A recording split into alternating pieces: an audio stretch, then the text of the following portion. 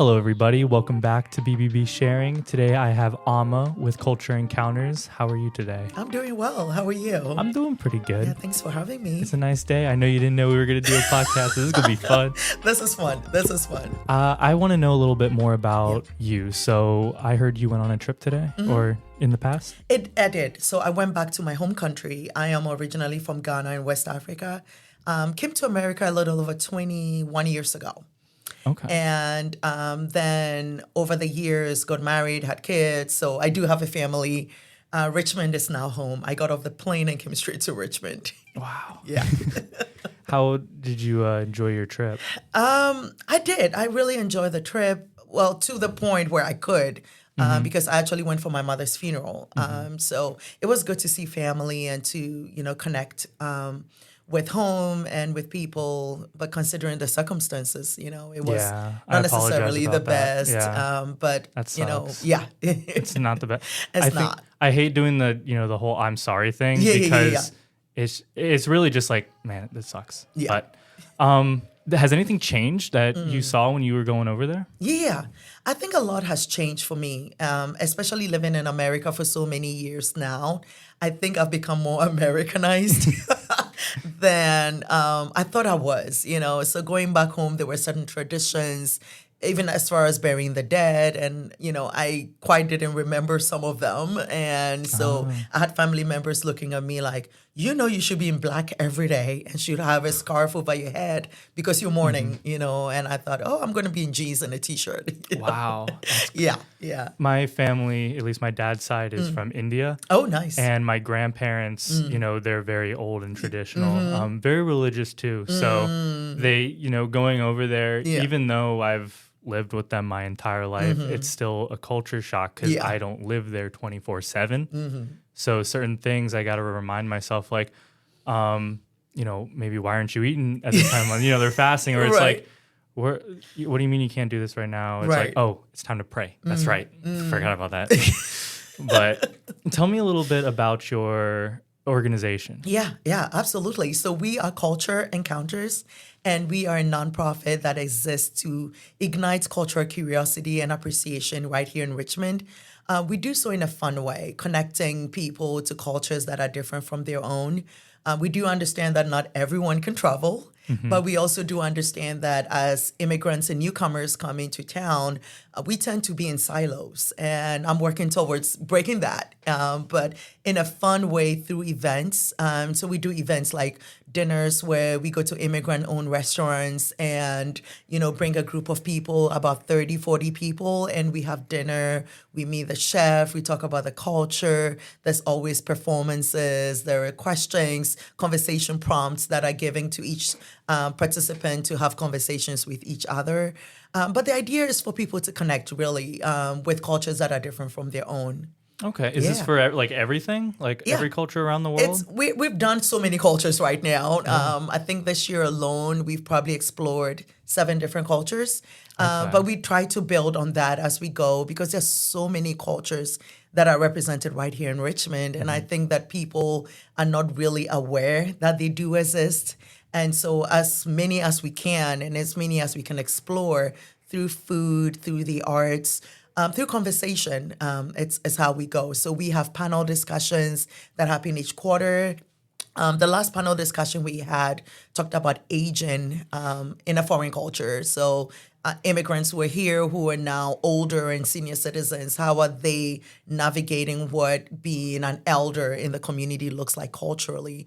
And then we will have events with the Children's Museum of Richmond. They are one of our biggest partners. So we do an event there called Culture Fest Fridays. And we meet the first and third Friday of each month at the Chesterfield and downtown locations. And we bring performing groups to perform for kids. We are also in after-school programs with partnership with the Next Up, which is an organization that promotes out-of-school programming. And so we are everywhere. We reach kids, we reach adults, we bring different groups like banks and different corporate spaces, workshops. We also take them out on these dinner experiences as well. So our message goes everywhere and our audience is everyone. That's amazing. Yeah, thank you. How do you, because I know it can be very scary sometimes, especially when you're in a country that you came here and, you assimilated, you wanted to be part of this culture. Right. How do you kind of make people comfortable about it, just expressing who they are and where they came from? Yeah, that's a good question. I think that the word should be integrate versus assimilation. And I think that American culture has a way of forcing newcomers to assimilate, right? Yeah. So you're not wrong in that sense, is that you have to tweak the way you speak, the way you say your name so you can fit in.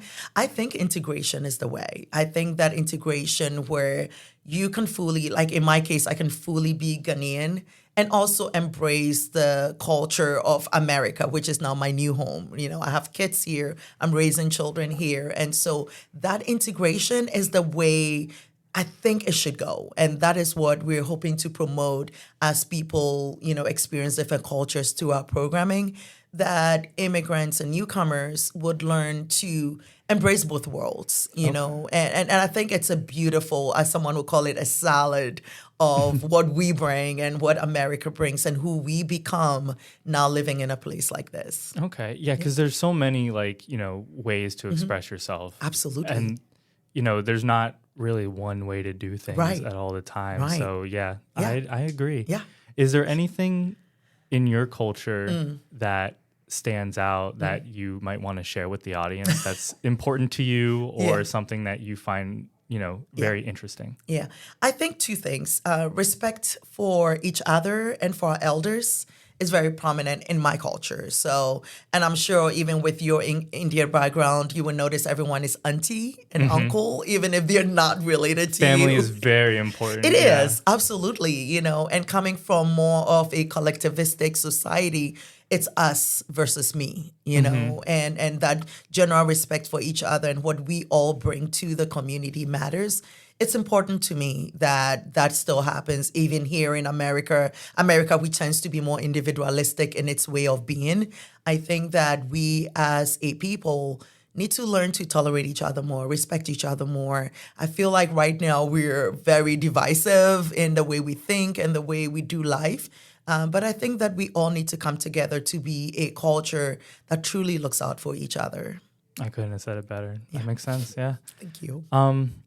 No, I mean, did you want to close it off? Yeah. Yeah, go for it. What's the language that you grew up with? Oh my goodness, I grew up with 4 different languages. What? So I speak 5 altogether. They're so small within the community that I don't know how many other countries speak them. So one of them is Twi, and Twi is with the Ashanti people, the Akan people, and that's my father's language. That's spoken by most of Ghanaians. It's probably one of the major languages. And then Ebe is my mother's language, which is spoken between Ghana, Togo, and Benin. So that kind of transcends 3 countries. I speak Gan, which is the language of the city I was raised in. And then I speak Fanti, which is also the language of the central region, which is where I went to high school. And then English is the official language. So altogether it'll be 5. Do you mix up like the few, like Yes. when you're speaking to someone? Yeah. Okay. And it's very typical of, Africa in general, like especially English speaking, we go between our own language and the English language. So I grew up speaking English. I'm more with a British way of speaking it. And so coming here, I had to kind of unlearn some of my English and some of my spelling. I remember in graduate school, my professor would always say I'm writing passively versus actively. I didn't even know what that meant, Interesting. Yeah. Okay. But it's just the way of speaking and the way of how nuanced language is. But yes, I do speak all of those languages. Okay. Yeah. Well, go. I want you to close it off. Yeah. In the language that you're comfortable with. Okay. Go for it. Yeah. I'll leave it to you. Okay. Well, I will go with my father's language because that's the predominant language in Ghana. I would say that medamunyina sene mwetie mene enidia meye enye juma meye enti medamuase.